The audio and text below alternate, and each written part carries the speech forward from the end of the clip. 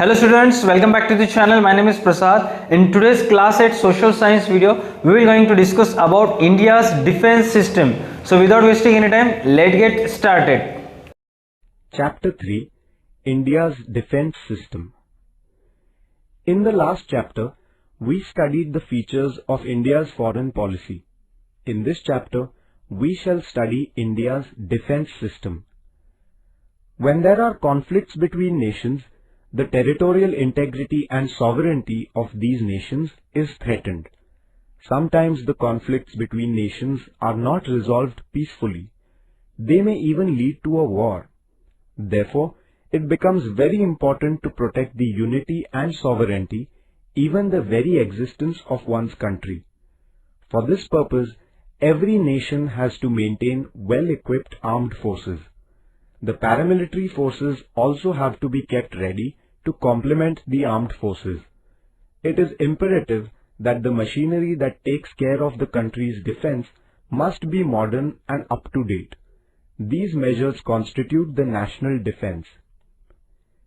The protection of a country is the responsibility of its government, and it is the responsibility of the citizens to participate in it. If the defense system of a country is strong, it provides a conducive atmosphere for the development of the country.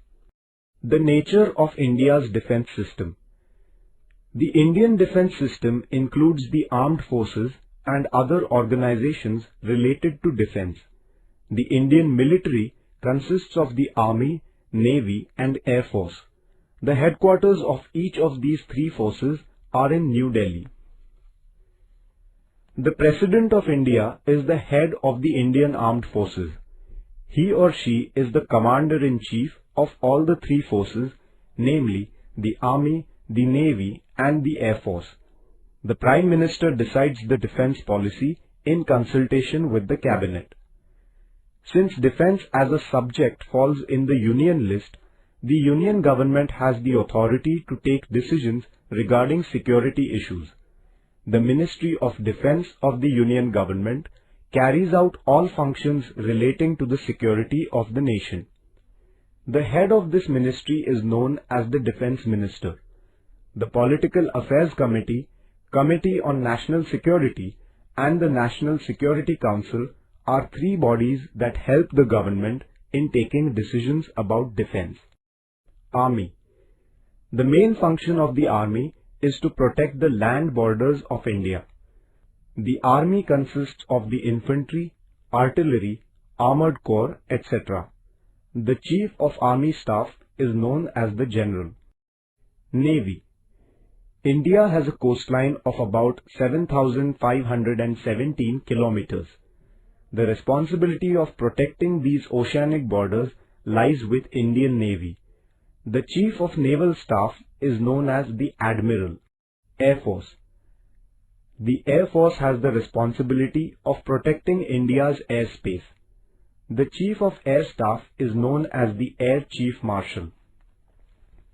The chiefs of the three forces are appointed by the President.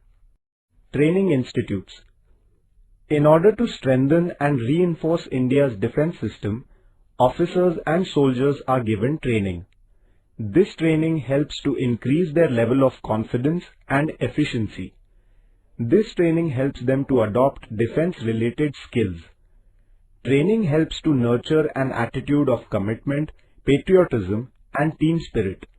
Now, many opportunities are available for women too in the Indian Defence Services. There are several training institutes which train officers and soldiers. Some of the important training institutes are the National Defence Academy at Pune, Indian Military Academy at Dehradun and the National Defence College at Delhi. Paramilitary forces. The forces which help in maintaining internal security, protecting the coastline and assisting the army are known as paramilitary forces. These include the Border Security Force (BSF), Coast Guard, Central Reserve Police Force (CRPF), Rapid Action Force (RAF), etc. The responsibility of the security of important places like railway stations, oil fields and refineries water reservoirs lies with the paramilitary forces. They also participate in the management of natural or man-made disasters. During peacetime, the paramilitary forces also have the responsibility of protecting the international borders. The Border Security Force has to create a feeling of security among citizens in the border areas, prevent smuggling, and patrol the borders. The Coast Guard has been set up to protect the Indian coasts.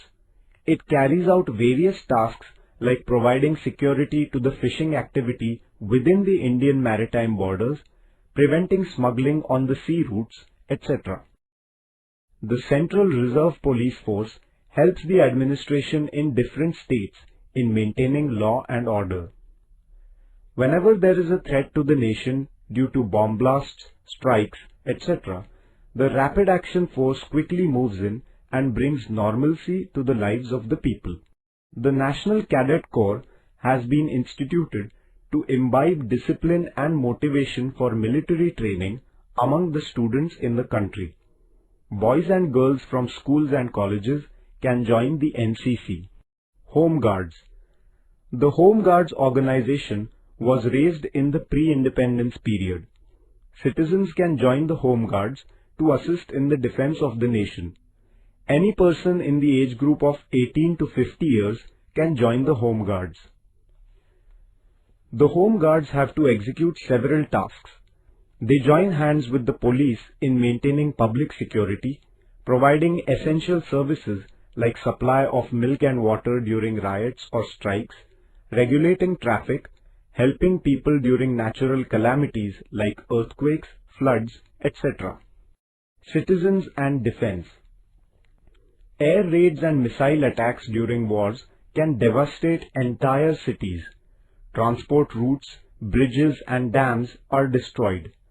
As a result, civic life is disrupted. At such times, citizens should not panic.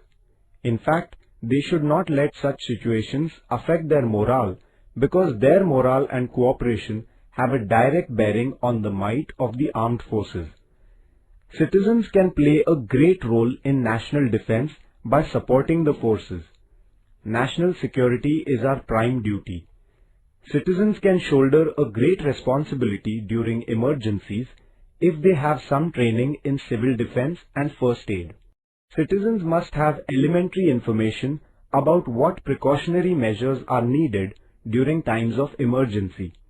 In such situations, malpractices like black marketing, hoarding and smuggling gain strength. There are instances of vandalism and thefts.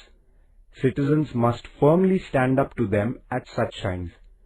If they cooperate in this way, the security of the country can remain intact. The security of the nation is dependent on the courage and strength of the armed forces and the cooperation and support of the citizens. Citizens must always bear this in mind. The challenges before India's security. In the post-independence period, external forces tried to threaten India's security.